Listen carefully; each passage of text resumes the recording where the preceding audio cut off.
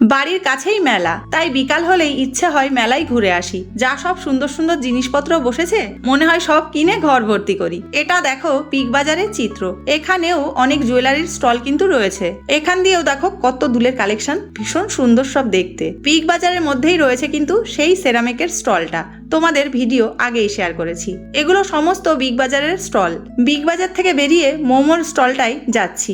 বাবি আজ অন্য মোমো ট্রাই করবে বলছিল, তাই সেই ফ্লাইং বার্ড স্টলটাই চলে গেলাম। বাবি আজ নিয়েছে কুরকুরে মোমো, আমি তো স্টিম মোমোতেই খুশি। মেলায় গিয়ে মেন উদ্দেশ্য থাকে খাওয়া দাওয়া আর কেনাকাটা। এগুলো দেখো 30 টাকা দুল, বাবির জন্য দুজোড়া নিলাম। আর এগুলো সব ভিতরে বসা স্টল।